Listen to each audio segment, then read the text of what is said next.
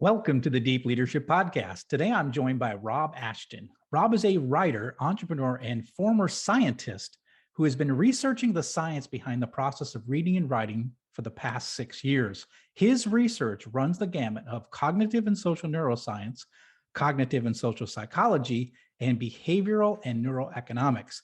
He is also the founder of the global learning company, Emphasis, that specializes in written communication.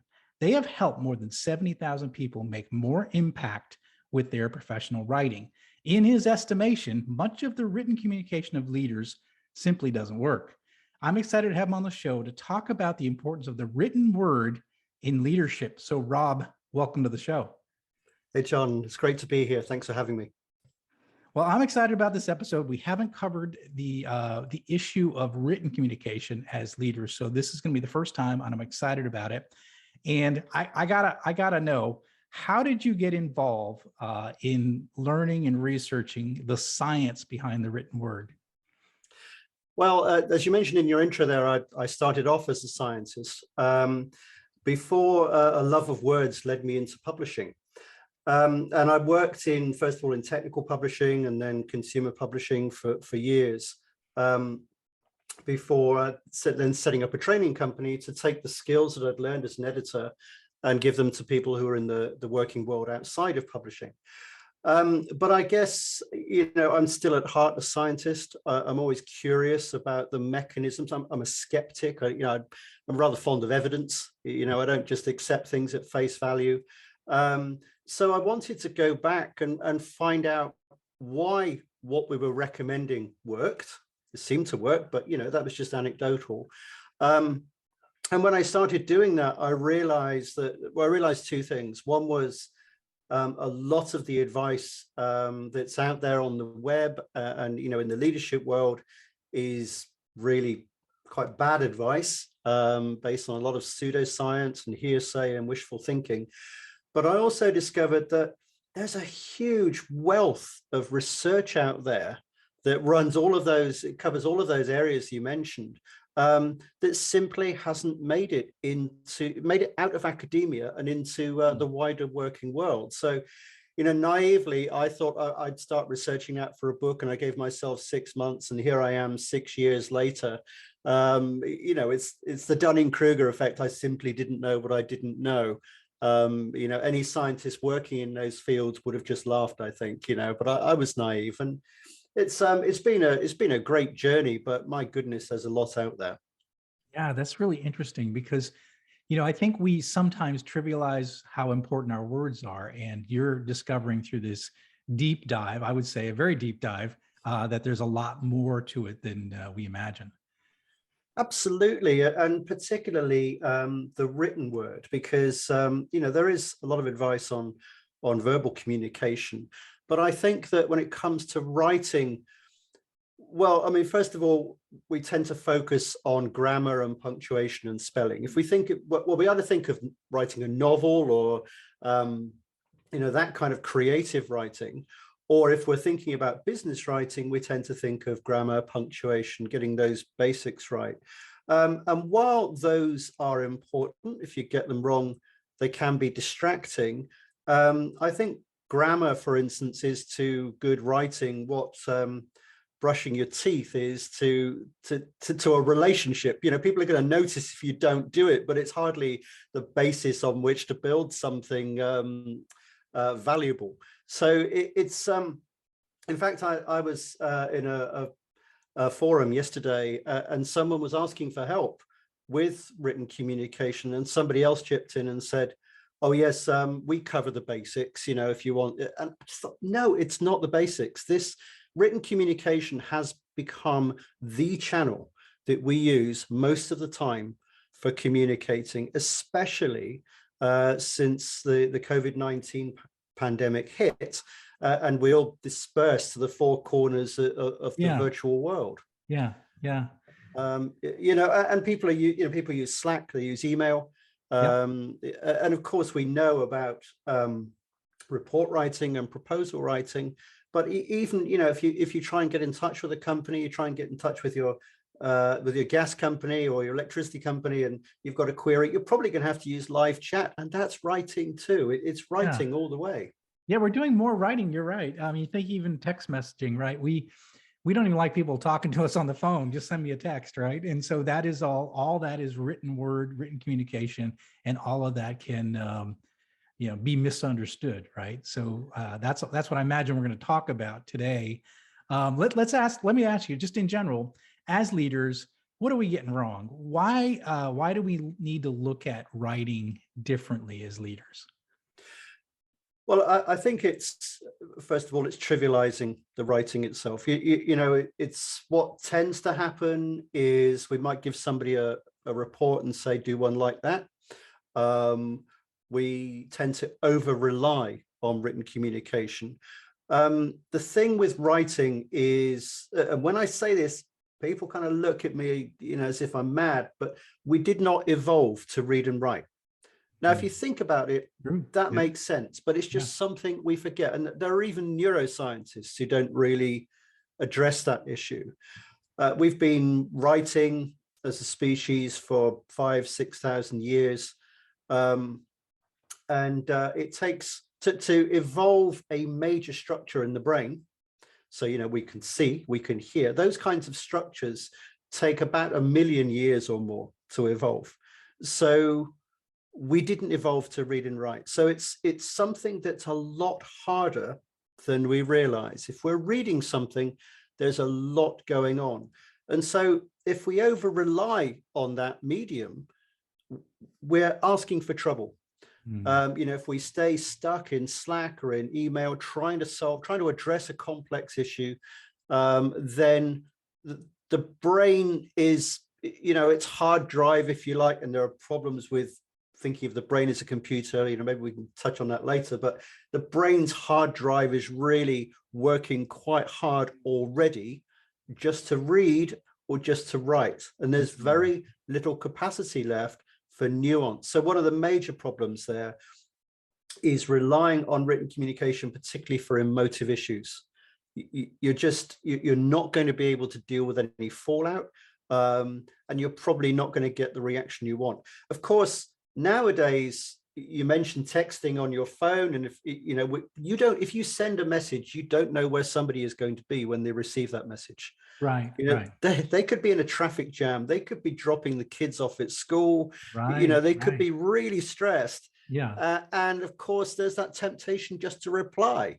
So, yeah. If they are already in an emotive state, and you don't know if they are, then that one message could backfire. And then what do we do when messages backfire? We keep messaging. We don't take that device that could solve all our problems if we were just to move it from in front of our face and up to our ear and use it for calling someone. Yes. We don't do that. We stay typing. And the reason for that, I think, is that receiving a message releases dopamine. And so, we type a message, we wait for the next message. So we're hooked on that message machine. And it's very hard to break away from that. So I think that confusing good writing with good grammar and spelling and punctuation is one thing, and over relying on writing certainly is a major issue. Yeah, I can definitely see that. I would even say too, like generationally, there's differences too, just in the way people write, and like emojis, for example. Like, me being an older, I'm 54. I'll see my son will send me an emoji, and I'm like, I don't know what that means. I have no clue. That's supposed to mean something, right? I don't know. And I've seen that even just in generational conversations, is that there's differences. There's references or things that they understand and they grew up with and we don't understand. So sometimes it's even just generationally, there can be differences in how the message was meant and how it was received. There's a disconnect. Absolutely. You touch on a very important issue there, which is that language evolves. And there is, particularly with English, there is no rule book. Now, as I say that, I'm sure there are a lot of listeners going, whoa, hang on a minute, that there are, Mr. Stevens when I was at high school told me this, Right, exactly. The so Oxford comma, for example, that's a heavy debate. Absolutely. What is the rule? Yeah, it's a rule, but it's not. It's a style point. Going back to my editing days, we use the Chicago Style Guide, the Chicago Manual of Style from the University of Chicago Press, and that used the Oxford comma. But if you used a different style guide, that would say don't use the Oxford comma. And it's not a rule, it's just a style guide to ensure consistency. Right. But the language evolves. I mean, if you take, say, French as a comparison, you have the Académie Française who meet regularly and decide what words are allowed and what words aren't. They might be pushing against the tide on that one with a lot of things, but there are arbiters of the French language. Not so when it comes to English. But the language evolves, and you mentioned, if your son using emojis. Just a couple of years ago, it came to light, or it came to light to me because I wasn't aware of it, that putting a period mark or full stop at the end of a sentence or the end of a word in a text was passive aggressive. Yes. It's like, and I do it all the time because I'm old. You're kind of saying, no, I'm out of here. So it's the same here. Although I've stopped doing it now, which really goes against the grain because, being trained as an editor, it's like my daughter always gets me for how much I punctuate my text messages. Dad, you're the only person I know who uses apostrophes in his and good grammar, whatever that is. So. Right. I love that. You say this, and I'd like to talk about it. You say the words we type shape our working relationships for better or for worse. What do you mean by that? It is this issue that, or this phenomenon that we completely rely on the written word. Going back to this idea of limited capacity in the brain. So writing and reading are what psychologists call a low capacity channel. There's only so much you can get across. We make a lot of our decisions through emotion, even though we justify them with logic. And when you are reading something, when you're reading a message or reading an email, because there's all this activity going on underneath the hood, you're never far away from an emotional reaction. So because we stay stuck in writing, our relationships can kind of whipsaw everywhere. You don't know how someone is going to react when you write. Now, because I was looking into some research for this, just looking at this phenomenon, because particularly of COVID-19, the pandemic, and remote working, remote working is obviously it's huge. And I looked up some statistics, and 4/10 of US employers now, only 4/10 of US employers insist on working full-time in the office now. It's been this huge change. Go back just a couple of years ago, and working from home was, it was a perk. It was something you had to really negotiate. Maybe, can I work at home on a Friday because I have a particularly grueling commute? Right. Whereas the tables have turned 180 degrees. And in fact, 7 out of 10 employees now say they want either a remote or a hybrid working style. And the number of job ads consequently that mention remote working tripled last year. Now, because of that, perhaps it's not surprising that employers, that CEOs say one of their major challenges is getting people to work together effectively remotely. Oh, yeah. And, how do you do that? Well, we're tempted to say, well, Zoom, we spend all of our time on Zoom, but the fact is we don't. We may, even during the height of the pandemic, we had more meetings, but the meetings themselves were shorter. Yeah. And so instead, what are we doing? Think of all the time when you're not on Zoom, which is most of the time. What are you doing? You're writing. And so it's become this default activity. We don't think of it as writing, but, we think of it as messaging, or we think of it as creating a proposal, or we think of it as managing our staff, or even getting rid of our email, which always makes me laugh. It's as if, if we got rid of the email, then we could do the real work. Whereas the email is probably what's shaping the relationships with our customers and our employees anyway. That is the work a lot of the time.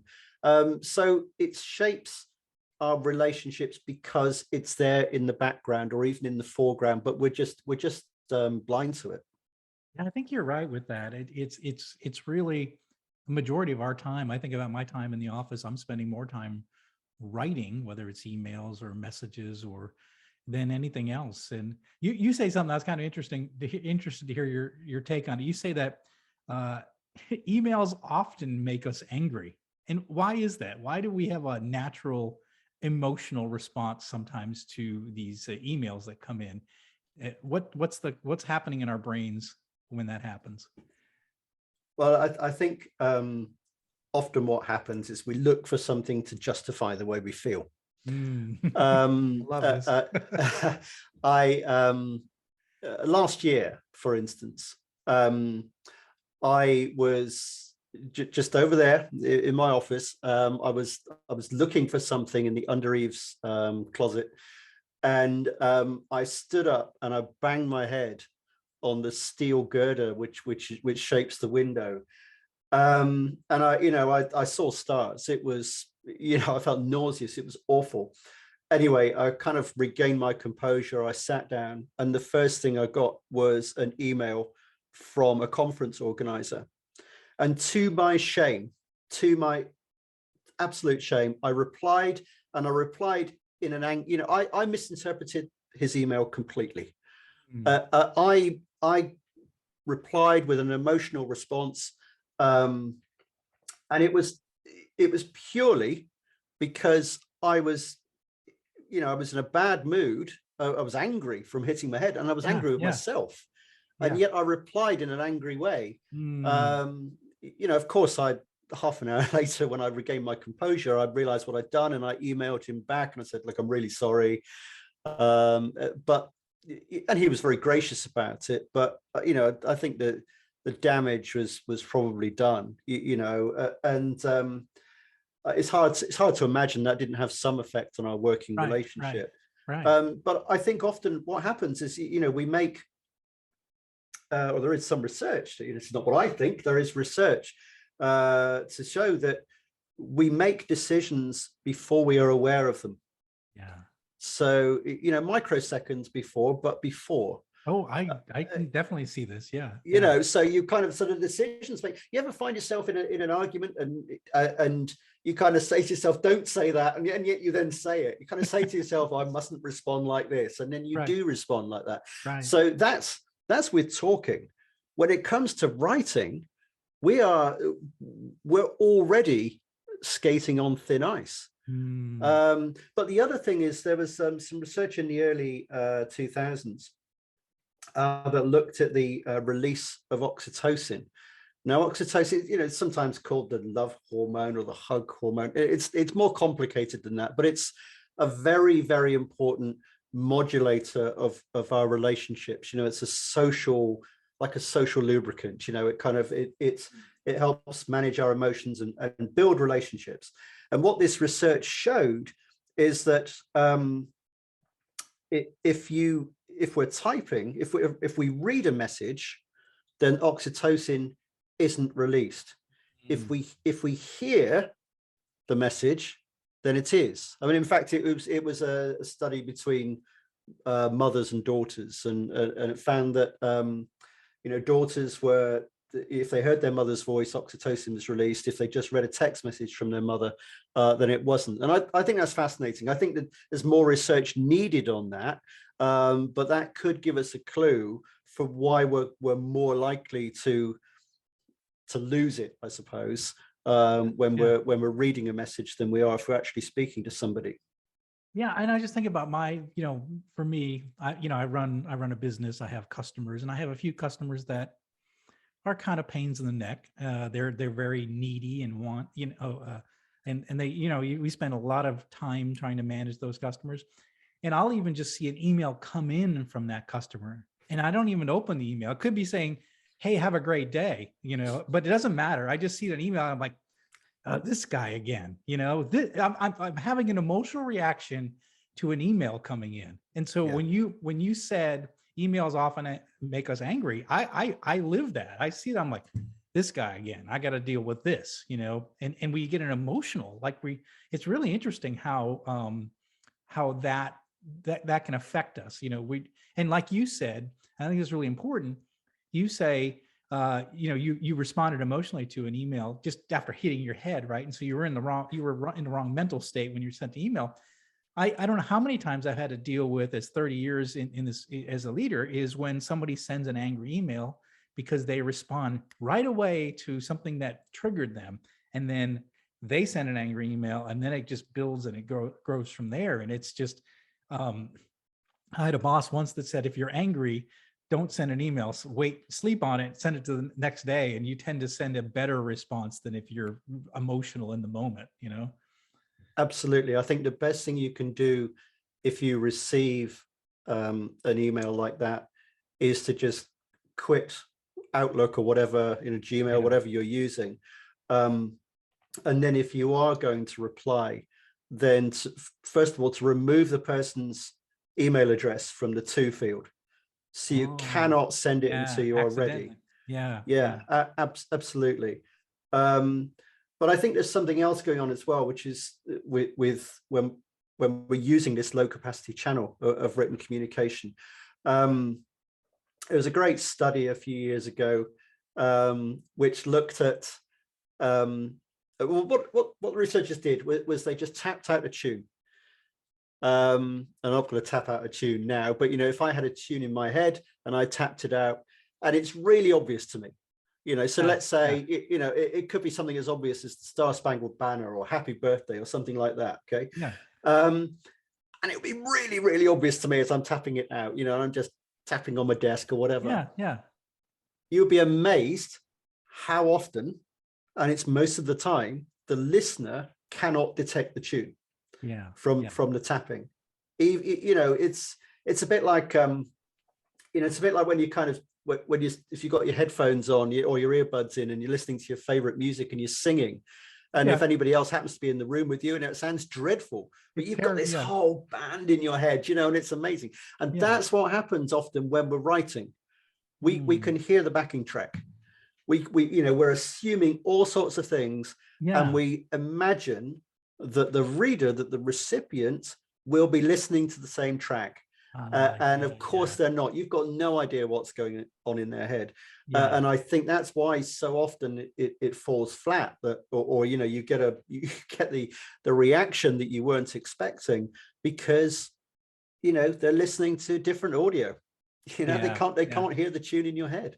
I love that. That's really, really important. So the message that you intend to communicate is not received in the same way, a completely different way, because like you said, the tune is not even known. So that's interesting. What are some things that we need to remember when we're using written communication as a leader? What are some things that are kind of key things that we need to remember before we, put our hands on the keyboard? I often joke three things: the reader, and the reader. But that's easier said than done. You've got to put yourself in the reader's shoes, Mm, but that's so difficult. So think, what do they know? How do they feel about this issue? What's important to them? mm, So often when we start messages, we're thinking about ourselves, and that's because that's a default position. We're all the hero of our own story, right? So we are by default quite self-centered. self-centered. Yeah. So you start writing and you're thinking about your needs. So if you think, okay, if I were this person, what do I know about this person? What are their hot buttons?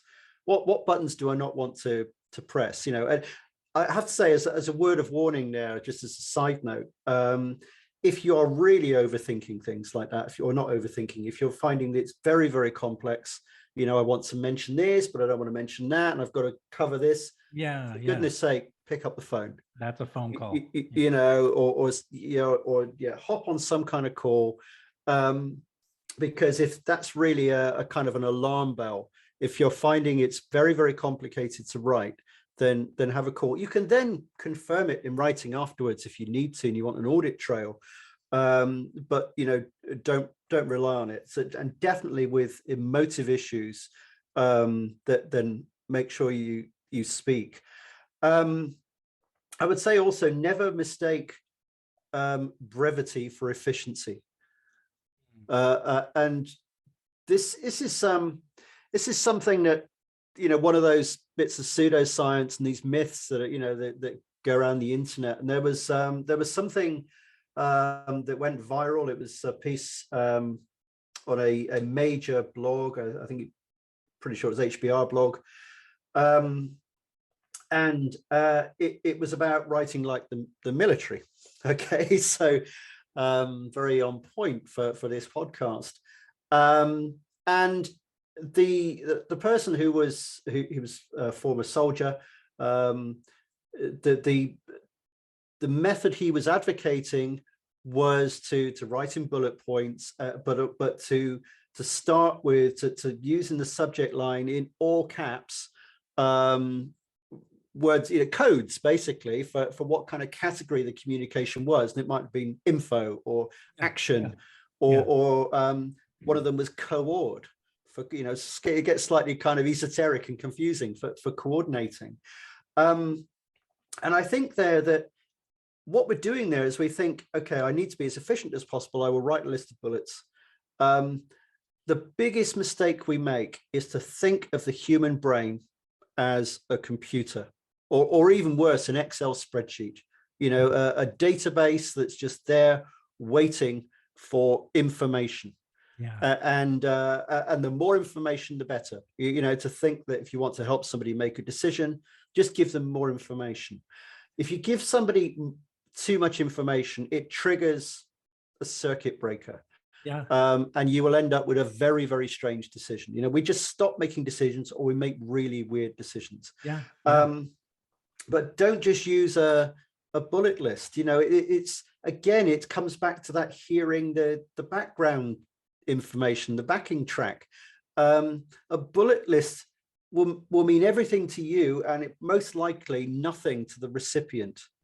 It's a bit like trying to pass an exam from somebody else's revision notes. It's kind of, and yet we think, well, bullets, yeah, great, they're really, really efficient. I use those. Everybody uses them.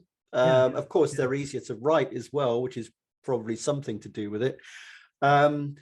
Instead, you create some kind of narrative, and there is a selfish reason behind this as well, which is that if you give somebody a list of bullet points, they could do anything with them. You do not know what story they are going to make up as a result of the information you've given them. If you guide them, then you have a much better chance of getting the result you want. So I would say don't confuse brevity with effectiveness and efficiency. Certainly don't overuse bullets. If it's too complex, then pick up the phone. If it's emotive, then pick up the phone. That makes a lot of sense. You said something that triggered me. You said that sometimes when we have a long email or a very deep, complex, I'm the reader. I'm maybe it's ex-military, but it's like, I get to the point, I got to make a decision here. If you send me a long email, I put it aside. I'm like, okay, this is going to take more time than I have time for. So I'll put it aside. And then, even then, I get about halfway through and I'm done. I'm going to respond. I want to take action. So you mentioned sometimes when we provide too much information, we get weird decisions. And I would say that I'm that guy. I'm making those weird decisions because you just threw too much at me, and I'm trying to find the important pieces here. And I just need to get to the point. I need to move forward. But if you're too brief, right, then I don't understand. Like, my response to you be like, I don't get it. What's the point?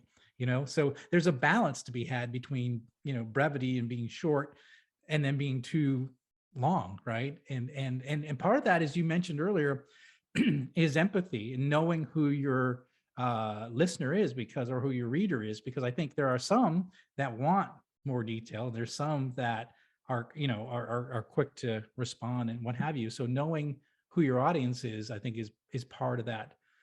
How do I find that balance between too much or too little? Absolutely, there is a sweet spot, and that sweet spot is different for everybody, which perhaps isn't that helpful to say. But if you suspect somebody might need more information, or rather, Yeah. if a bit of background might help, you can have your main message and then say, I've pasted some notes below if you want more information. I like So that. it's a bit like an appendix. Yeah. But there is another technique you can use for creating a narrative, even in a short email. And I call it SCRAP, the acronym SCRAP, which stands for situation, complication, resolution, action, and politeness. So the situation is where you are now.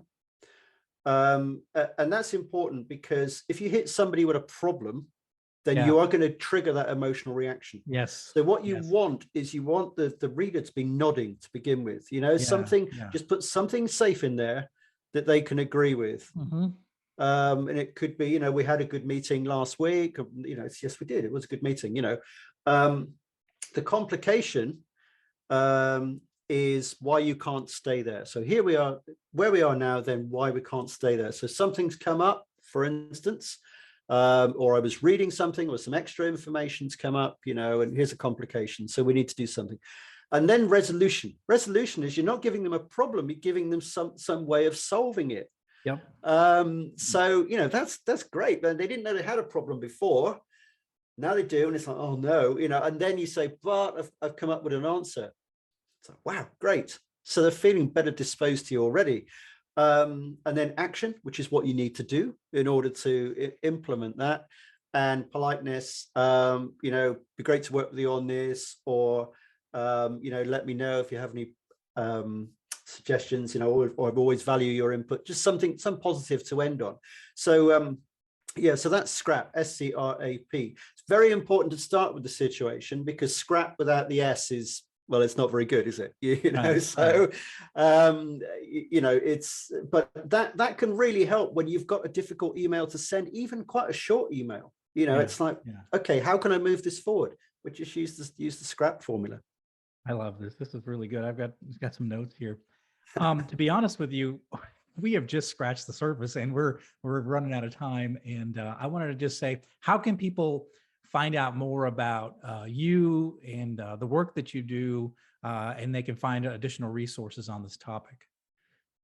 Well, the best place to go is influence.robashton.com/deep. So that's influence.robashton.com/deep. And I've put a page there for your listeners. They can sign up there for a short, free audio and e-course. So it's just 5 emails which cover how to influence decision making through the way you write, with audio, because there's enough writing out there. Sometimes it's a lot easier just to listen. So there's an inbuilt audio player. But they can find a link there to my website from there, and information on my training company as well. So yeah, if they go there, that should sort them. Okay, that's fantastic. We'll put that link in the show notes. But this has been incredible, Rob. Like I said, we just scratched the surface of this topic. It is very important. You have helped me to see that most of our communication is in writing, and whether it's a text, an email, Slack chat channel, we're doing a lot of writing, and we're probably making a lot of mistakes as leaders. And so hopefully this this discussion help people understand a little bit about, think about this a little bit more, and they can go to your resources and to find out more about the topic. So Rob, I really appreciate you coming on the show and sharing all of this insight. It's been eye-opening for me, and I've got a page of notes here. So I really appreciate you coming on the show. It's been an absolute pleasure, John. I've really enjoyed it. Thank you. Well, thank you again. Well, that's it for today. Thank you for listening to Deep Leadership. If you like this podcast, please subscribe and share so we can continue to build a world with better bosses. Until next time, this is John Rennie saying take care and lead well.